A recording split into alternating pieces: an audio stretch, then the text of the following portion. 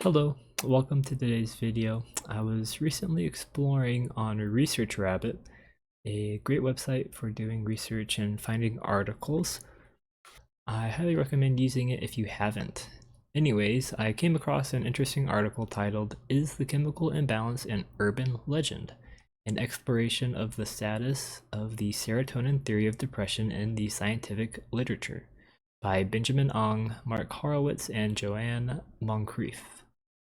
I found it interesting because it explores the role psychiatrists, academics, the professionals of psychology played in the pushing of the chemical imbalance theory around mental illness, specifically anxiety and depression, and the exponential use we've seen and still see today of SSRI antidepressants as a result.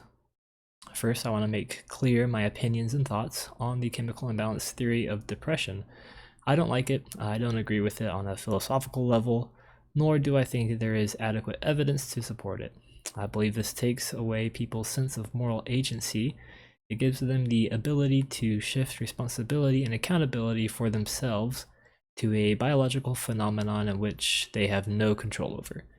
Now I'm speaking very broadly on my opinion, of course. A much more nuanced view needs to be taken per individual. But on a whole, that's my umbrella opinion, you could say. Another issue I have is that it pushes the "just take this magic pill that will solve all your problems" idea that pharmaceutical companies love to push. Now that that disclaimer of my possible bias is out of the way, let's take a look at the abstract to get a better idea of what is going on with this article. For those who don't know, an abstract is about a paragraph-length summary of your article, paper, or review. It's a miniature compact version of your paper, typically containing a sentence or two from each block, which consists of your introduction, which contains your thesis, your methods, how you went about gathering data for your paper and how you're going to test your thesis, your results, all of your findings, and lastly, your discussion, which is how your findings reflect your thesis and what that means. Were you right or wrong? How do your findings fit into the current landscape of the field, and where might these findings take the field in the future? Of course, these are all subject to change depending on what kind of paper you are writing and in what field. Knowing that, let's take a look.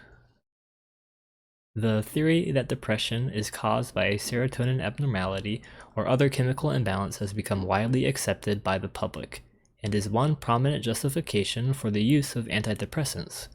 However, it has been increasingly questioned, and there is little evidence it has empirical support. In response, leading psychiatrists suggest that it was an urban legend that was never taken seriously by the psychiatric profession. So these first sentences cover the first block, your introduction and thesis. It lets us know what their thesis is, or what the purpose of the paper is.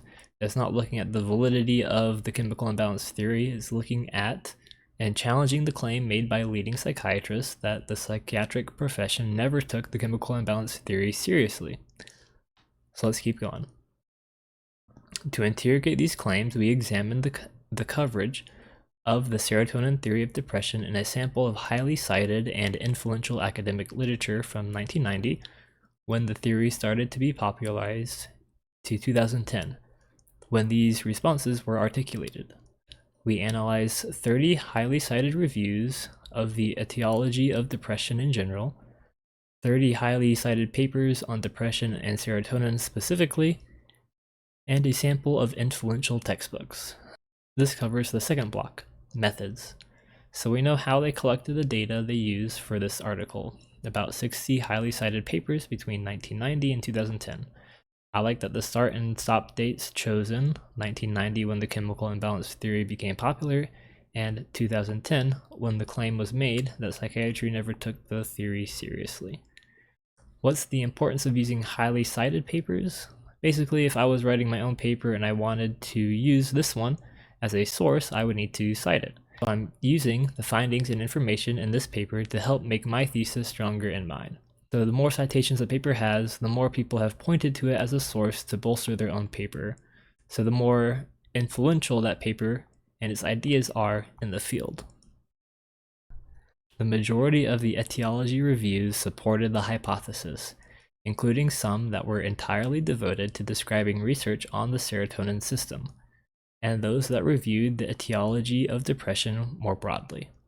Research papers on the serotonin system in depression were highly cited, and most of them strongly supported the serotonin theory.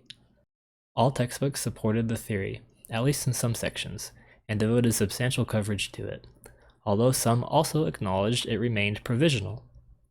This section covered the results. Most of the papers and textbooks propagated the chemical imbalance theory. Cool, nice and simple. Let's finish it off.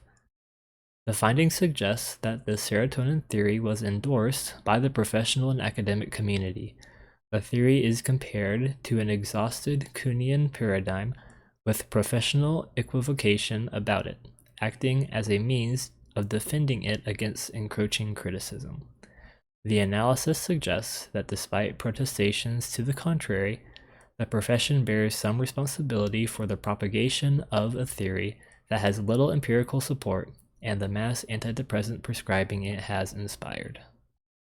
We end with the discussion, basically saying, hey, according to our results, the profession did propagate the theory of chemical imbalance even though it lacks empirical support, and professionals should bear some responsibility to the mass antidepressant prescribing we've seen these past few decades. Now, one of the sentences in this last part might be confusing. It says, the theory is compared to an exhausted Kuhnian paradigm with professional equivocation about it acting as a means of defending it against encroaching criticism. Wow, what does that mean? I asked ChatGPT to explain it, and it came up with a pretty good explanation. The theory being discussed is compared to an outdated scientific framework, a Kuhnian paradigm, that is no longer capable of explaining current data or solving problems. However, professionals are using vague, unclear reasoning to defend this outdated theory, preventing it from being criticized effectively or replaced by better alternatives. Awesome. Thanks, ChatGPT. And there you have it. I really enjoyed analyzing this abstract with you guys. If you're interested in reading the paper, I'll put a link in the description. If you would like more videos like these or have articles you would like me to do, like I did this one, let me know in the comments. My goal is to get one video like this out per week. Thanks for watching. I hope you enjoyed. Please like and subscribe.